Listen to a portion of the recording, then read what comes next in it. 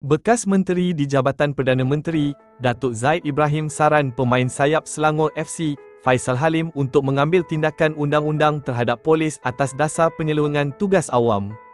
Beliau berkata demikian selepas mengetahui keputusan Jabatan Peguam Negara, AGC, yang mengklasifikasikan kes simbah asid terhadap Faisal sebagai tiada tindakan lanjut, NFA.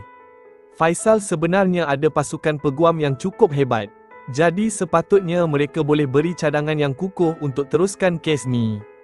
Tapi, mereka kena berani dan sanggup bawa perkara ini sampai habis, walau sesuka mana pun. Boleh ke Faisal saman polis? Dari segi undang-undang, memang tak ada peruntukan khas yang mewajibkan polis bertanggungjawab secara langsung terhadap mangsa jenayah. Tapi, satu tindakan saman atas dasar penyelewengan tugas awam, public misdemeanors, mungkin boleh dipertimbangkan, ujarnya dalam sebuah hantaran di laman Facebooknya semalam. Zaid memberitahu, Faisal mempunyai peluang untuk memenangi kes sekiranya peguam yang mewakilinya mampu membuktikan terdapat unsur kecuaian oleh pihak polis semasa menjalankan siasatan sebelum ini.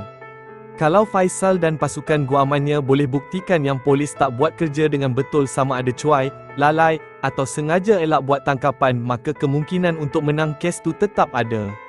Kita tinggal di negara di mana keadilan bukan mudah untuk dicapai, lebih-lebih lagi kalau pelaku jenayah itu datang daripada golongan mafia atau orang berpengaruh.